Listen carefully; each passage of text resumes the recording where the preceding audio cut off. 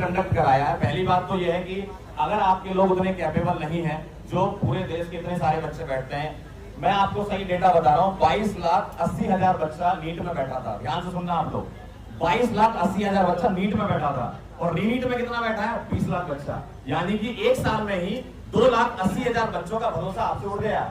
और ये 3 महीने के अंदर, 2 महीने के अंदर हुआ ये। आपने एक पेपर कराया और आप उसका रीपेपर भी करा रहे हो। 2,80,000 बच्चा भरोसा छोड़ चुका है। जबकि अगर तुम सही से पेपर कराते तो वो हो सकता है डॉक्टर बन जाता। और अगले साल इस तरीके से बच्चे अगर कम होते रहे तो हम अपने देश में अच्छे डॉक्टर कैसे दे पाएंगे? जब बच्चा पेपर ही नहीं देगा तो डॉक्टर कैसे बनेगा? तो बच्चों का भरोसा अगर जीतना है तो इस सरकार को एक अकाउंटेबिलिटी लेनी होगी, एक जवाबदेही तय करनी होगी कि पेपर आपके अच्छे से होंगे।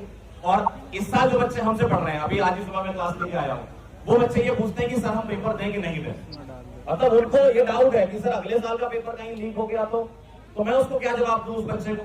तो मेरे पास भी तो जवाब होना चाहिए एज अ टीचर कि मैं उस बच्चे को जवाब दे पाऊं कि नहीं बेटा तुम्हारा पेपर बहुत अच्छे से होगा, बहुत अच्छे से सारे पेपर कंडक्ट हो रहे हैं। मेरे पास भी तो जवाब होना चाहिए उस चीज का।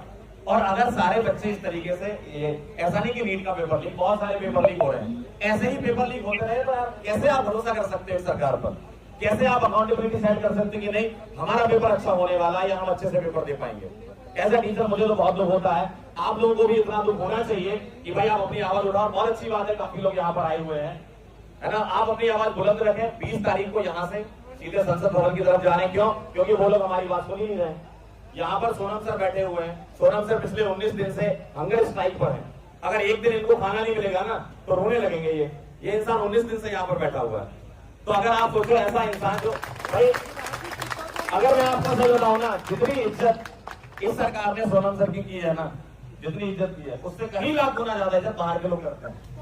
बाहर के लोग बुलाते हैं इनको, बाहर के लोग इनको अवार्ड देते हैं और हम इनको पहचान नहीं पा रहे हैं। भाई आपके घर में ही कोई हीरा छुपा हुआ है, आप कह रहे हो हम तो बाहर से हीरा लेके आएंगे।